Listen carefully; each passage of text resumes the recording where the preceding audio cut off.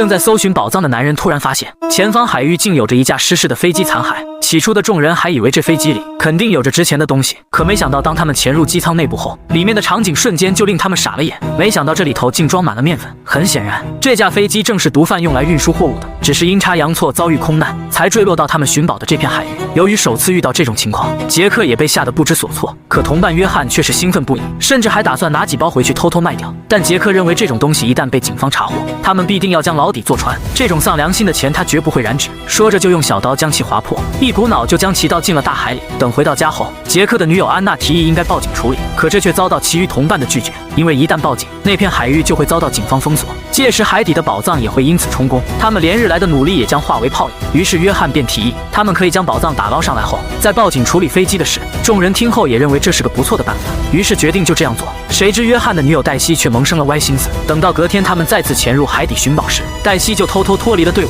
转身就来到了飞机残骸处，打算进去拿走几包面粉变卖掉。然而他偷鸡不成蚀把米，只见他刚潜入机舱内部，身上的氧气瓶就被残骸给挂住了，他也因此被困死在了机舱里。与此同时，同伴们因迟迟不见黛西的踪影，心思缜密的杰克瞬间就意识到了什么，拿着一瓶氧气罐就迅速前进海底。意识到黛西被困在了飞机中，他二话不说就钻了进去。果不其然，很快就在里面发现了他。所幸杰克及时赶到，这才让他侥幸捡回了一条小命。等回到家后，几人便开始查看打捞上来的物品，再结合古老文献上的记载，最终他们才得知这些宝物都是300年前一位法国富商的，并且根据书中记载，当时那位富商为了躲避战乱，将自己价值数百亿的宝贝装在了一艘名叫西风号的运输船上，准备运往别的国家。谁知途中却遭遇海盗的袭击，最终富商跟海盗两败俱伤，载满数百亿宝贝的西风号运输船也因此坠落大海，从此了无音讯。得知此事的几人激动不已，因为这也就意味着那艘西风号必定就在那片海域。于是众人便计划明天再去海底搜寻，是要将那批宝藏据为己有。然而说着好好的，约翰跟黛西却萌生了歪心思，按捺不住的两人